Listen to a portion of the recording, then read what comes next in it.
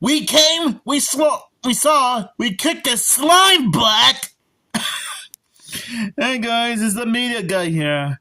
Guess what? I finally got around to rewatch Ghostbusters today and share my thoughts on it. And yes, I know that you guys are already going into the comment section pointing out how I'm a year late for the film's 40th anniversary. Well, hey, better late than ever, right? Well, since I guess the movie will be turning 41 years old this year, I guess it doesn't hurt to celebrate its 41st anniversary, if you know what I mean. Now, I have a feeling that you guys already know about Ghostbusters for a long time. Heck, even the Nostalgia Critic reviewed the first and second Ghostbusters movies, and even the 2016 reboot. So I guess that technically means Nostalgia Critic reviewed all three Ghostbusters movies in a row. But just in case you guys don't know much about Ghostbusters, or its franchise in general, have no fear, there's always a description on the back of each VHS tape and DVD.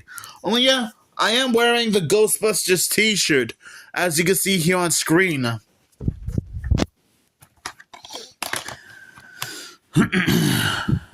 Bill Murray, Dan Aykroyd, and Harold Ramis star in this supernatural comedy classic that will have you howling when the university downsized the parapsychology department. Dr. Bateman, played by Bill Murray, Ray Stoltz, played by Dan Aykroyd, and Egon Spengler, played by the late Harold Ramis, make the leap from scientists to Ghostbusters. Investigators and exterminators of paranormal pests. The bewitching Dana Barrett, played by Sigourney Weaver, discovers her refrigerator has become a portal into a spiritual dimension. Our heroes then come face to face with an ancient evil force with plans to rise hell in Manhattan. That could mean trouble. Oh boy. Honestly, I think Ghostbusters is one of the funniest paranormal comedies ever. Great writing, a great plot to follow, so many amazing jokes to laugh at. It's a supernatural comedy, and the casting is fantastic. Harold Ramis, Dan Aykroyd, Bill Murray, and Ernie Hudson. It's a shame that he wasn't mentioned on the DVD. Wasn't mentioned on the DVD's description. But he was mentioned in the credits of the movie, so that's close enough.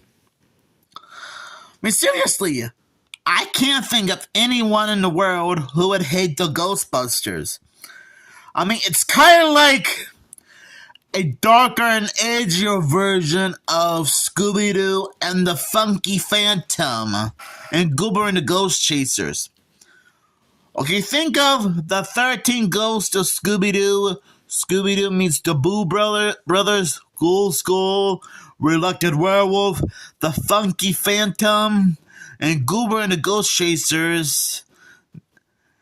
And the last few episodes of Scooby-Doo Mystery Incorporated mixed into a blender and came out this.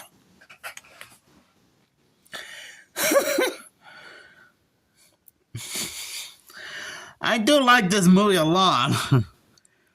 I actually like Harold Ramis, Dan Aykroyd, Bill Murray, and Ernie Hudson in this movie. There are some other recognizable faces in this movie, like Annie Potts and Rick Moranis.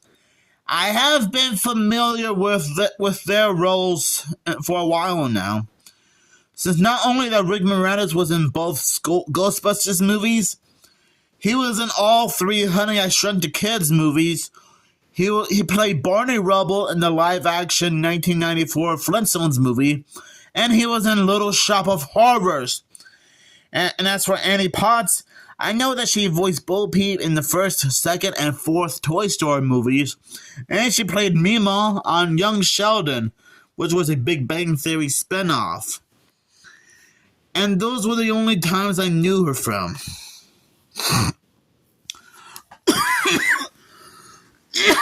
Sorry about the coughing. I did laugh a few times. Like during the Ghostbusters first assignment, they were trying to capture this green snotball Slimer. And this was before Winston became a new member of the gang.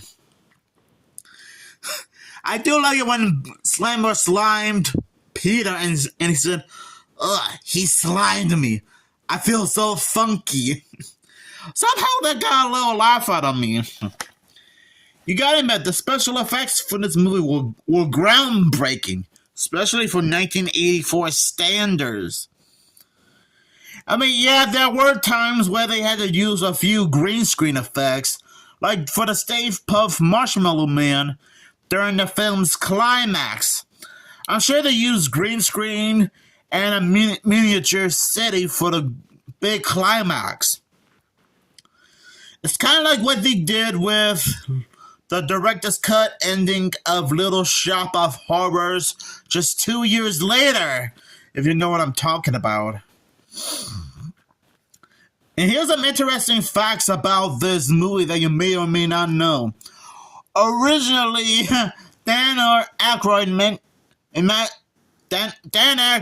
imagined himself, Eddie Murphy, and John Belushi to play the first three Ghostbusters. Yeah, I think John Belushi was going to be in the role that Bill Murray was in, and seeing Eddie Murphy be in the role as Ernie Hudson would have been pretty interesting. But if you saw my Blues Brothers reviews videos, I did mention that John Belushi sadly had some struggles during his life and died in 1982, just 2 years after the first Blues Brothers movie was made. But at least Dan Aykroyd still imagined himself to be in the movie. Now, to be fair, I have nothing against Bill Murray and Ernie Hudson being in this movie. But just imagine what would have happened if John Belushi and Eddie Murphy did show up in the movie and took on the roles for Bill Murray and Ernie Hudson. It would have been a bit of a different movie, but I'm sure it would have been interesting. And I just thought I'd bring up that little piece of information. In fact, I should be thanking Minty Comedic Arts for pointing that out. Because I remember that he did a top 10 facts video about this movie a long time ago. There was even a TV version of this movie, with some of the languages had to be redubbed, or better yet, there were some alternate takes. Again, Minty Comedic Arts also brought this up when he did another top 10 facts video about Ghostbusters. Yes, I still love this movie. There was even a sequel to this movie that came out 5 years later. I still have Ghostbusters 2 on VHS. And there was even an animated series based on the movie of the same name. Which, yes, I do remember seeing the show on Netflix a few years ago and watch clips of it from time to time. So I honestly think that Ghostbusters is one of the greatest horror movie comedies ever. Great jokes, great characters, a great plot, and so many amazing special effects. Now, I do kind of like the big baddie in the climax, Gozer the Gunzerian. Wait, I hope I said that right. I don't know what it is about Gozer, but just the way she looks and the way she sounds, just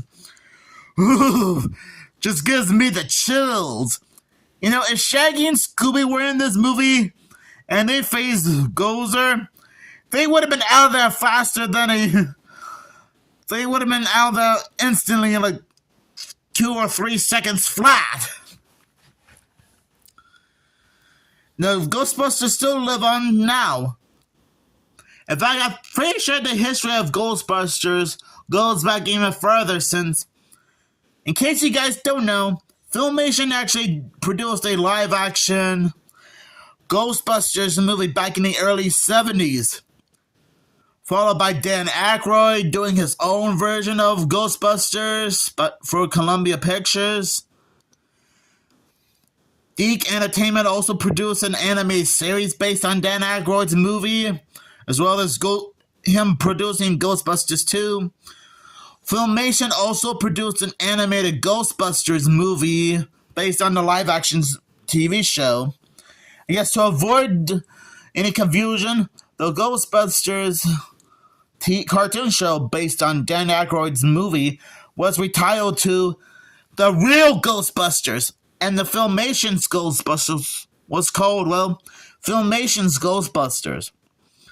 And I know that there was also an Extreme Ghostbusters series back in the late 90s, early 2000s, followed by a 2016 reboot, and 2 new Ghostbusters movies, Afterlife and Frozen Empire, with some of the original cast members coming back. Bill Murray, Dan Aykroyd, Sigourney Weaver, Ernie Hudson, and Annie Potts. I know. And they were even playable characters in Lego Dimensions. And yes, that does include the 2016 reboot versions of the Ghostbusters. Okay, I know that I know I didn't have to bring up the history behind the Ghostbusters franchise in general, but for the sake of this video, I just thought it would be a bit educational. So overall, I honestly think the first Ghostbusters movie is the greatest horror movie comedy ever. And I'll give this movie 5 Ghostbusters logos out of 5, because that's how awesome it is. So if you guys haven't seen this movie yet, go right ahead. I'm sure you guys can find like a VHS or DVD copy of this movie at Walmart, Target, an antique store, thrift store, or from Amazon. And just remember, guys, busting makes me feel good.